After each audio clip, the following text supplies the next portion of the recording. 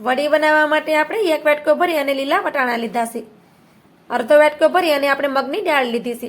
મગની દાળને આપણે કલાક પહેલાં પલાળીને રાખી દીધી હતી, તો મગની દાળ આપણી સારી રીતે પલળી ગઈ છે.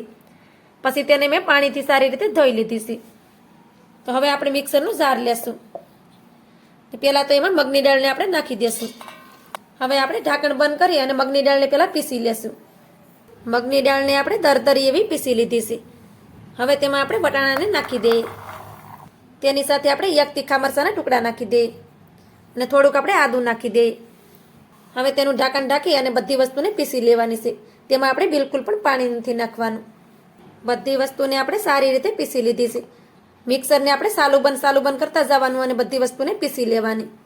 હવે આપણે એક વાસણમાં તેને કાઢી લેશું. આમાં આપણે બિલકુલ પણ પાણી નહીં નાખવાનું. મિક્સરને સાલું બંધ કરી અને તમે પીસશો એટલે એ સારી રીતે પીસાઈ જશે. હવે આપણે બેટરને 2 મિનિટ સુધી આ રીતે ફેટી લેવાનું છે. આ રીતે ચમચીથી જ તેને ફેટી લેવાનું. ને આમાં આપણે મીઠું નથી નાખવાનું. જો આમાં આપણે મીઠું નાખશું તો આ વડી છે તે આખું વરસ સારી નહીં રહે, કેમ કે ચોમાસામાં તે યહવાઈ જાય. આપણે એમાં મીઠું નાખીએ ને એટલે ચોમાસામાં વડી આપણી યહવાઈ જાય અને બગડી જાય. તો આમાં આપણે મીઠું નહીં નાખવાનું. આપણે આમાં મીઠું ન નાખીએ ને તો આને આપણે 1 વર્ષ સુધી સ્ટોર કરી શકીએ. જ્યારે પણ આપણે એનું શાક બનાવવું હોય ત્યારે આપણે બનાવી શકીએ. બેટરને આપણે 2 મિનિટ સુધી આ રીતે ફેટી લીધું છે. હવે આપણે આ રીતે થાળી લઈ લેવાની અને તેમાં થોડુંક તેલ લગાડી દેવાનું. પછી તેને આ રીતે ફેલાવી દેવાનું. વડીને આપણે થાળીઓમાં જ સૂકવવાની છે. તો આ રીતે આપણે એક થાળીને રેડી કરી લીધી છે. હવે આપણે વડી બનાવવા માટે આ રીતે દૂધની થેલી લીધી છે, કેમ કે દૂધની થેલી બધાને ઘરે હોય જ છે. આપણે દૂધ લાવતા હોય ત્યારે પછી એને ધોઈ અને થેલીને સૂકવી દેવાની, તો તે સારી રીતે સુકાઈ જાય છે. તો થેલીને આપણે આ રીતે ગ્લાસમાં રાખી દેવાની. હવે તેમાં બેટરને નાખી દઈએ.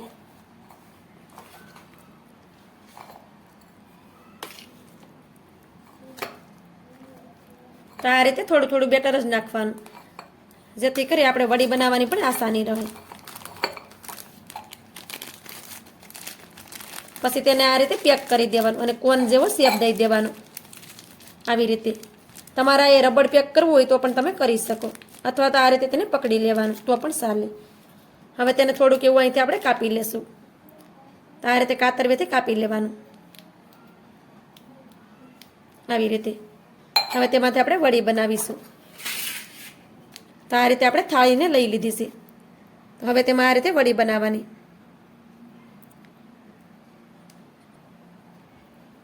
તમે જોઈ શકો છો.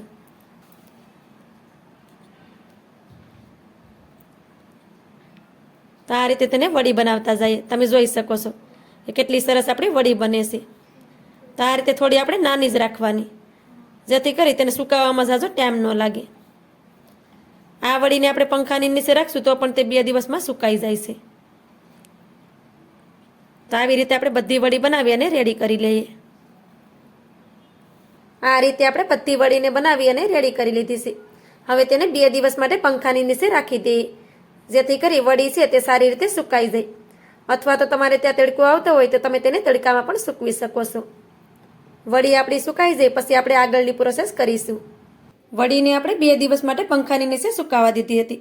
2 દિવસ પછી તમે જોઈ શકો છો કે વડી આપણી સારી રીતે સુકાઈ ગઈ છે. તો વટાણા સસ્તા હોય ત્યારે આ રીતે વડી બનાવી તેને રાખી લેવાની. આ વડી છે તે 1 વર્ષ સુધી સારી રહે છે અને બિલકુલ પણ ખરાબ નથી થતી. જ્યારે વટાણા મોંઘા હોય ત્યારે આપણે આ વડીનું શાક બનાવી તેને ખાઈ શકીએ છીએ. તમારે બટેટું અને વડીનું શાક સાથે બનાવવું હોય તો પણ તમે બનાવી શકો છો. આ શાક ખાવામાં ખૂબ જ ટેસ્ટી લાગે છે. તો મારી આજની રેસીપી તમને સારી લાગી હોય તો લાઈક કરી કોમેન્ટ કરી દેજો.